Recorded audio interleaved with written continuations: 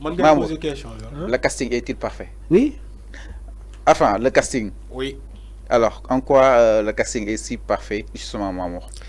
Sadio Mané, en dehors de sa fonction footballistique, c'est un joueur très calme, c'est un joueur très pieux, c'est un joueur il est dans le social. C'est un joueur modeste. Sadio a une forte personnalité.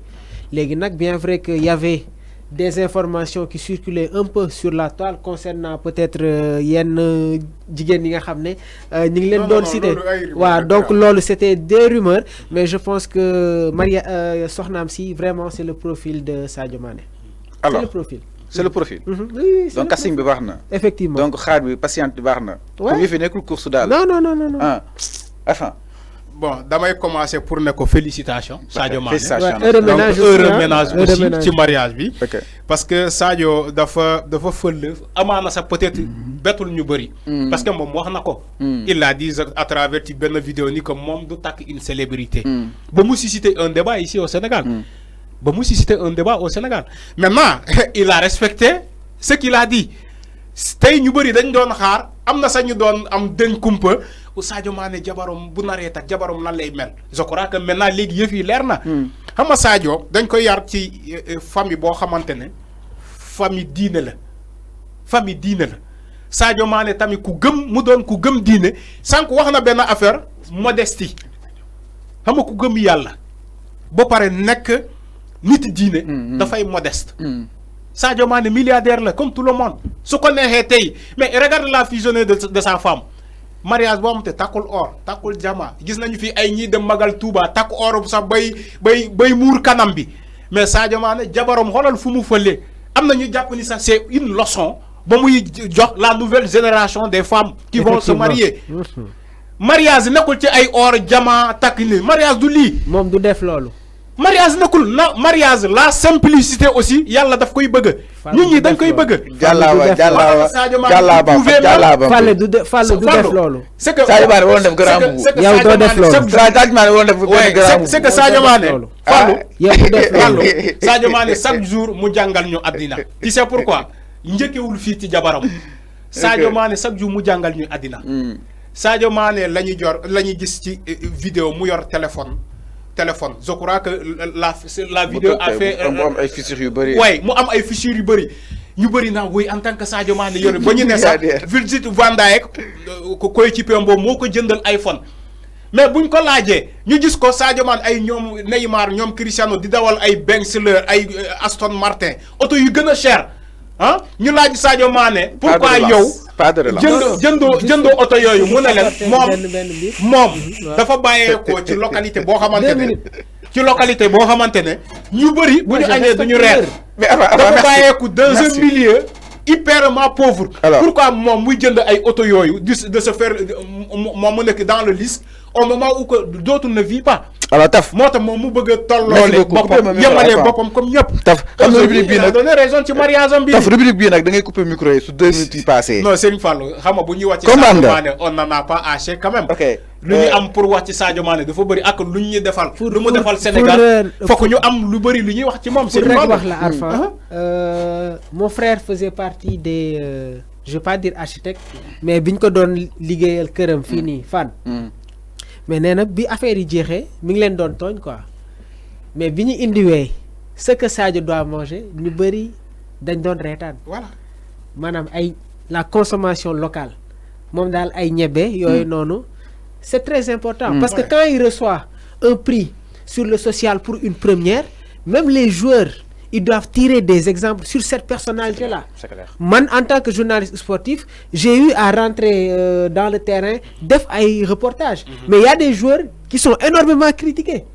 Mais Sadio, il est dans le social. À Bambali, il fait des choses. Chaque joueur, war nako def si bir goxam, si bir koñam. Il est une référence, c'est un joueur très important et yaakaar naa ne que sénégalais nangu nañu accepté nañu que Sadio vraiment est une icône et à travers lui vraiment daguma la xam nga may ma 5 secondes dañoo dem ci cadre bu am solo Sëñ Fallou baal ma rek 5 secondes xam nga dama koy appuyer ci fu mu nekkoon sànq parce que dafa embrayé foo xamante ne fu am solo xam nga Sadio Mané mooy nit koo xamante ne dundewul Sénégal mais day dundal Sénégal contrairement ak borom ñi woyé sen bop ay homme d'état depuis 1960 Senghor ñu ngi fi ba légui du sucer le sang des Sénégalais te bo démé ci sen gox do fa gis ben réalisation bo xamantene def nañ ko fa Sadio Mané état du Sénégal fay ko mais lu muy su fayeeku yëpp mu ngi koy delloo ci askan Sénégal construire na ay lycée jëbal ko état du Sénégal hôpital jëbal ko état du Sénégal un stade tout récemment pour la population donc de Bambali xam nga nit koo xamante ne milliardaire la boo xamante ne dundewul Sénégal mais muy dundal Sénégal ñu mel ni Sadio Mané bu ñu amoon Sadio Mané 10 personnes yu mel ni Sadio Mané mais Sénégal décollé na. Alors c'est clair. Sadio Mané décollé na te Maria Sadio Mané dafa war a sax am fête nationale. billaay lu important laa lay wax. Le casting parfait. dafa waroon nekk fête nationale. Le casting parfait de Sadio Mané exactement l'unanimité sur le plateau en tout cas man tamit je suis tout à fait d'accord avec lui en fait parce que lii mooy incarnation exactement donc il a fait un bon choix moom Sadio Mané bonne et heureux. Justement ménage à lui exactement alors dañuy daal di ñëw si li nga xam ne que moo di alors leneen mooy à une semaine du premier match des Lions en Coupe d'Afrique Tafa su paree oui ou non la gestion des blessés une entre pour Cissé oui ou non allez-y Mamour dañuy laaj ma xam ñi gaañu yu bëri na trop si li nga xam ne que moo di mbir bi une hantise pour Cissé mën na est-ce que mën na porter préjudice Aliou Cissé waa wala déet. Non. Non. Non. Enfin gaañu yu bëri na trop est-ce que loolu mën na porter préjudice Aliou Cissé waa wala déet. Oui. Si oui. Ah donc le plateau Truc Matinal est en désaccord par rapport à boobu des questions exactement alors Mamour. En fait pourquoi non pensez-vous que ni personne n'est indispensable. Alors cette année-ci dañu yokk l'effectif des équipes, c'est-à-dire on n'est plus à 23, 24, mais on est à 27.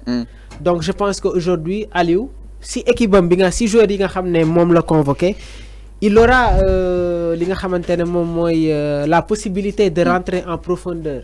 Parce que quand tu te retrouves avec un effectif de 23 joueurs, su fekkee da nga am blessé, tey jii nii doo ko mën génne mais par contre quand tu as 27 joueurs dans la feuille de match ça te permet s'il y a des blessures dina am ñoo xam ne di leen nañ ñëw combler donc je pense que même plateau bi ñu defoon la fois dernière dans Midi Foot on l'a évoqué Boulaye Dia effectivement c'est quelqu'un de très important dans le dispositif de Aliou Cissé mais par contre on a Nicolas Jackson et Habib Diallo je pense que ñoom aussi ils peuvent combler ce vide là bien vrai que ce n'est pas le même profil concernant Nampalys Mendy effectivement il est très important dans le dispositif que Aliou Cissé nous propose mais aujourd'hui on a Pathé Ciss qui a l'habitude d'évoluer comme sentinelle en équipe nationale du Sénégal léegi nag concernant Seny Dieng c'est sûr que il va être le numéro 3 parce que si on part dans la logique des choses Edouard sera le numéro 1 et il faut le dire que Mody Diaw est beaucoup plus performant actuellement face à Seny Dieng léegi aussi il y a Youssouf Sabaly qu'on n'a pas vu sur les deux matchs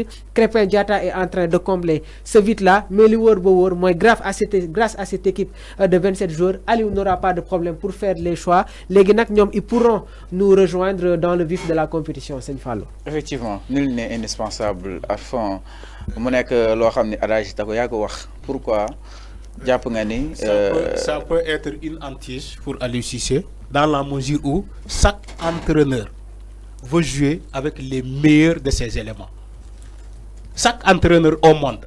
Même avec un effectif élargi, mais entraîneur bu ne dafa soxla les éléments yoo xamante ne ñoom ñooy les meilleurs bu fekkee éléments yi meilleurs yi ñoo blessé tey Nampalys Mendy ba léegi mu ngi daw Pape Matar Sarr il a retrouvé il a commencé à sursauter mais bu fekkee imaginer ñooñu yëpp les blessés là parce que c'est des ténors hein. C'est des ténors qui ont blessé. Aliou Cissé, il ne peut pas s'en passer de ces personnes-là, malgré avec ce nombre d'effectifs de 27 joueurs. Parce qu'il ne faut pas prendre un joueur pour prendre un joueur. C'est vrai, nul n'est indispensable, mais la qualité aussi compte. Hein. Parce que Coupe d'Afrique, il y aura des adversaires de taille, des adversaires de haute qualité. Maintenant, vous faites que vous avez tes doubles lire.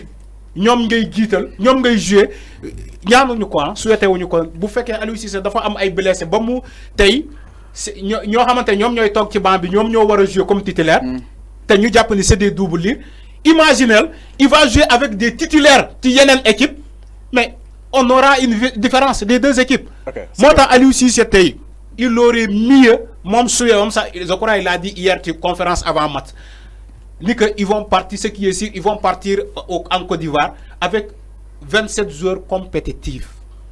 Il ne s'agit pas de prendre 27 joueurs pour prendre des joueurs. Pour les prendre aux amis. Oui. Okay. Vous faites que dans le 27 joueurs, il faut que 27 joueurs soient compétitifs. Merci beaucoup, Arfan Koli. Merci beaucoup, Mamour Limonekon. Merci beaucoup de l'avoir suivi, mais également l'ensemble des